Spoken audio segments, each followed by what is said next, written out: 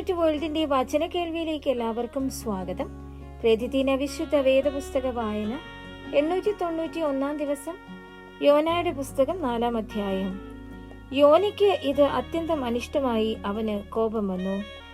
അവൻ യഹോവയോട് പ്രാർത്ഥിച്ചു, അയ്യോ യഹോവേ, ഞാൻ എന്റെ ദേശത്ത് ആയിരുന്നപ്പോൾ ഞാൻ പറഞ്ഞ വാക്ക് ഇത് തന്നെ അല്ലയോ? അതുകൊണ്ടായിരുന്നു ഞാൻ തർശീശിലേക്ക് ബദ്ധപ്പെട്ട് ഓടിപ്പോയത്. നീ കൃപയും കരുണയും ദീർഘക്ഷമയും മഹാദയയുമുള്ള ദൈവമായി അനർത്ഥത്തെക്കുറിച്ച് അനുതപിക്കുന്നവൻ എന്ന് ഞാൻ അറിഞ്ഞു. ആകയാൽ യഹോവേ, എന്റെ പ്രാണനെ എടുത്തുകൊള്ളണമേ. ജീവിച്ചിരിക്കുന്നതിനേക്കാൾ മരിക്കുന്നത് എനിക്ക് നന്ന് എന്ന് പറഞ്ഞു. നീ കോപിക്കുന്നത് വിഹിതമോ എന്ന് യഹോവ ചോദിച്ചു. അനന്തരം യോന നഗരം വിട്ട് ചെന്ന് നഗരത്തിന്റെ കിഴക്കേ വശത്ത് ഇരുന്നു. അവിടെ ഒരു കുടിലുണ്ടാക്കി നഗരത്തിന് എന്തു ഭവിക്കും എന്ന് കാണുവോളം അതിൻ കീഴെ തണലിൽ പാർത്തു. യോനായെ അവന്റെ സങ്കടത്തിൽ നിന്ന് വിടുവിപ്പാൻ തക്കവണ്ണം അവന്റെ തലയ്ക്ക് തണലായിരിക്കേണ്ടതിന് യഹോവയായ ദൈവം ഒരു ആവണക്ക് കൽപ്പിച്ചുണ്ടാക്കി.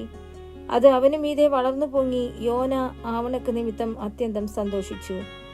പിറ്റേന്നാൾ പുലർന്നപ്പോൾ ദൈവം ഒരു പുഴുവിനെ കൽപ്പിച്ചാക്കി.